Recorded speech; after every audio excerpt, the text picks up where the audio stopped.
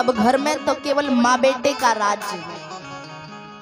एक हमारे, मुझे नहीं पता कि आपके कानपुर क्षेत्र में ये कहावत कही जाती है कि नहीं कही जाती, पर लेकिन बुंदेलखंड में एक कहावत कही जाती है। जानते हो क्या? बोले आमद कम और खर्चा ज्यादा।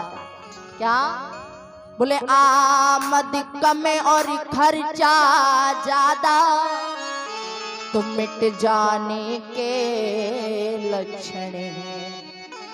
आमद कम मतलब महाराज कमाने वाला एक और खर्च करने वाले 10 तो मिट जाओगे, घर बनेगा नहीं, बिगड़ जाएगा। क्या बोले? आमद कम और खर्चा ज्यादा तो मिट जाने के लक्षण हैं। कुब्बत कम और गुस्सा ज्यादा तो पिट जाने के लक्षण हैं।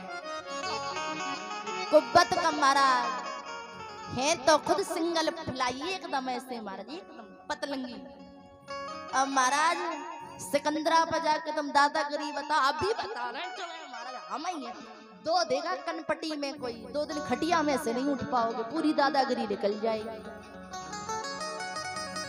क्या मतलब इतना अपना होलसेल है नहीं, और गुस्सा नाक पे तो कोई खूब धड़ाधड़ पिटोगे महाराज। अब आत्मदेव जी के यहाँ परेशानी क्या है? अब क्योंकि धुंधकारी खर्च करता है, कमाता नहीं, तो धीरे धीरे घर में धन की कमी हो गई। जब धन की कमी हुई तो अब तो महाराज धुंधकारी ने एक दिन अपनी माँ से कहा, अजी सुनती हो, अगर कल सुबह अगर तुमने मुझे पैसे नहीं दिए, धन नहीं दिया तो मैं तुम्हारा वध कर दूंगा। धुंधली ने सोचा इसके हाथों से मरने से तो अच्छा है मैं स्वयं अपना जीवन समाप्त करूं। धुंधली गई महाराज और एक कुएं में गिर करके उसने अपना प्राणांत कर लिया।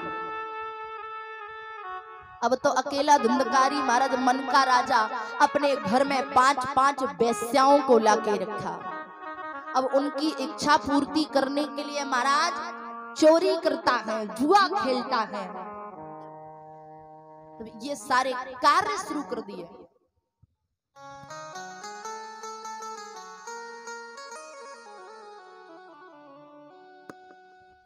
निवेदन करना चाह रही थी।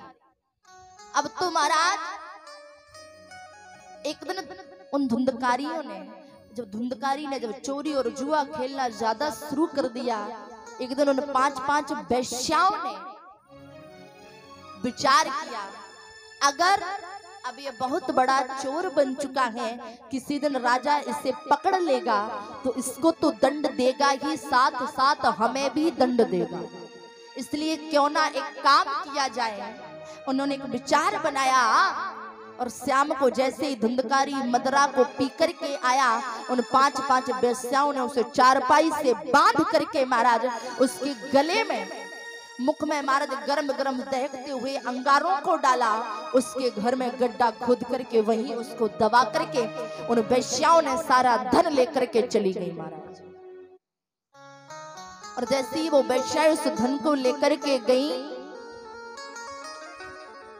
अब तो 1 महीने बाद श्री गौकर्ण जी महाराज वापस आए। और जैसे ही गौकर्ण जी आए, रात्रि का समय है, सोचा मैं कहाँ सबको प्रणाम करूंगा, कहाँ सम्मान, कहाँ किसी को मिलूंगा, कहाँ किसी को प्रणाम करूं, कहाँ किसी गांव वालों से मिलूं। आज के रात मैं अपने घर में जाके सो जाता हूं। धुंधकारी जैसे ही अपने घर में आकर के जब सोने लगा तो सोते वक्त महाराज वो धुंधकारी एक भयंकर प्रेत आत्मा बन गया। और जैसे ही प्रेत आत्मा बना तो गौकर्ण जी को डराने लगा। कभी तेज आंधी के रूप में आता है, तो कहीं शेर की, कहीं हाथी की, अन्य अन्य जीवों की आवाज निकालने लगा। गोकर्ण जी ने अपने कमंडल से जल निकाला और जल निकाल करके कहा, कौन हो, सामने आओ, अन्यथा मैं तुम्हारे ऊपर ये पवित्र जल छिड़क करके तुम्हें भस्म कर दूंगा। वो धुंधकारी ने दोनों हाथों को जोड़ा और कहा, भैया मुझे भस्म मत करो। क्यों? अहम त्वयं भ्राता धुंधकारी महाखला। भैया मारो मत, मैं तुम्हारा भाई धुंधकारी हूँ, मैं प्रेत आत्मा बन गया। भैया मेरी एक मुक्ति का उपाय करिए ना, बड़ा कष्ट मिलता है। गोकर्ण जी ने कहा, धुंधकारी मुझे पता पड़ा था कि तुम्हारे साथ ये घटना घट चुकी है, तो जिस समय तुम्हारी मृत्यु हुई मुझे जानकारी मिली। मैं उस समय प्रयागराज में था और प्रयागराज में जाकर के मैंने तुम्हारा पिंडदान किया, मैंने तुम्हारा पिंडदान किया, पर तुम्हें मुक्ति क्यों नहीं मिली, तुम्हें मोक्ष क्यों नहीं मिला? जबकि वेद कहता है अगर मरने वाले व्यक्ति का, जो व्यक्ति अकाल मृत्यु मरता है, उस व्यक्ति का अगर पिंडदान अगर प्रयागराज में कर दिया जाए तो उस व्यक्ति को प्रेत योनि से मुक्ति मिल जाती है, उस व्यक्ति को मुक्ति मिल जाती है। फिर तुम्हें मुक्ति क्यों नहीं मिली? क्या आखिरकार तुम्हें मुक्ति क्यों नहीं मिली? मंत्र भी सही था, हर चीज सही थी, तो मुक्ति क्यों नहीं मिली? जानते हो, धुंधकारी ने कहा, गोकर्ण मैं जानता हूं तूने मेरा पिंडदान किया था पर मेरी मुक्ति नहीं हुई। बोले क्यों नहीं हुई? बोले उसका कारण है, अगर व्यक्ति का जब आप पिंडदान करवाते हो तो पिंडदान करते वक्त अगर वो दो चीजें सही हैं तो आपके मरने वाले व्यक्ति को मुक्ति मिलेगी। अगर वो दो बातें गलत हो गई तो आप जिस व्यक्ति का पिंडदान कर रहे हो उस व्यक्ति को मुक्ति मिलने वाली नहीं है। वो दो चीजें कौन सी? पहला पिता का नाम और दूसरा गोत्र का नाम, ये दो चीजें सही होनी चाहिए। पर जब गोकर्ण जी ने धुंधकारी का पिंडदान किया तो यही दो चीजें गलत हो गई। क्यों?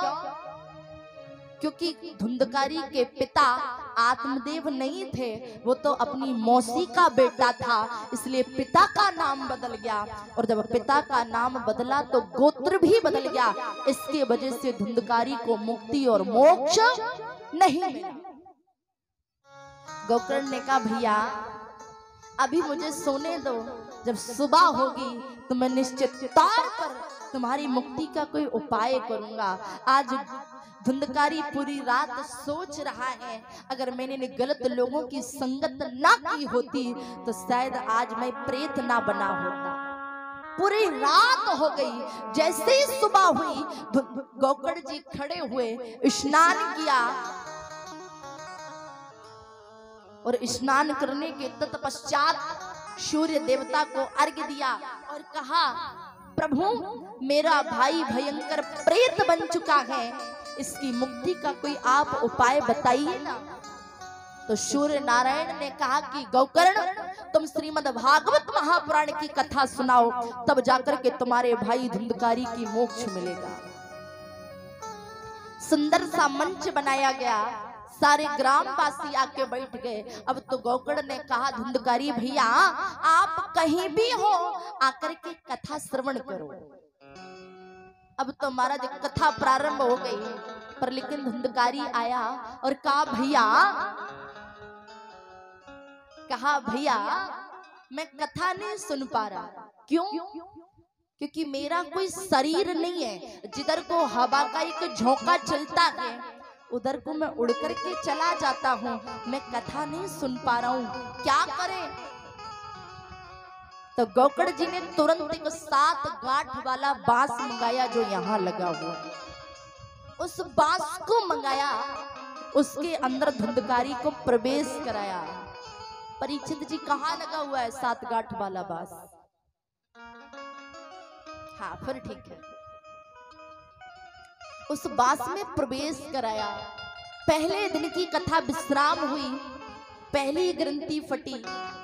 दूसरे दिन की कथा विश्राम हुई, दूसरे दिन की ग्रंथि फटी।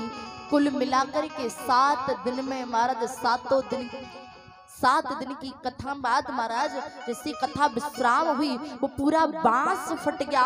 उसके अंदर प्रवेश तो भयंकर प्रेत आत्मा ने किया था, पर जब बांस फटा तो उसमें से एक देव आत्मा निकली। ये भागवत की कथा है जो जीवित व्यक्तियों को तो क्या, ये मरे व्यक्तियों को भी तारने का काम करती है।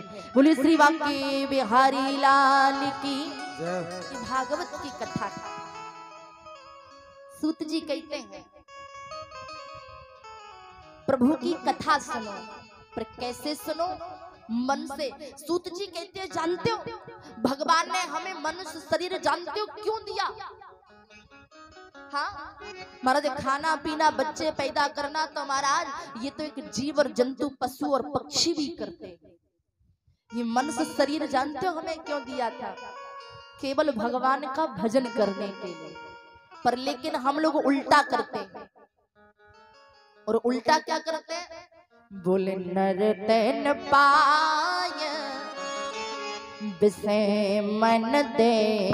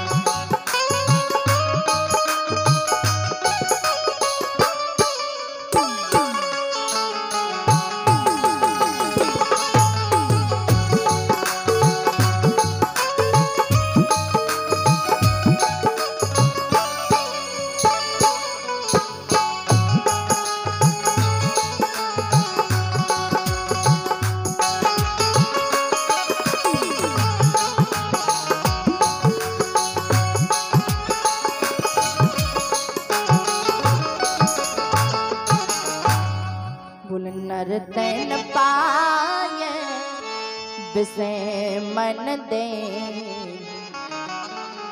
मनुष्य शरीर पाया किसी और के लिए था, हम करते कुछ और हैं। एक संत जी ने बड़ा अच्छा दोहा लिखा। क्या?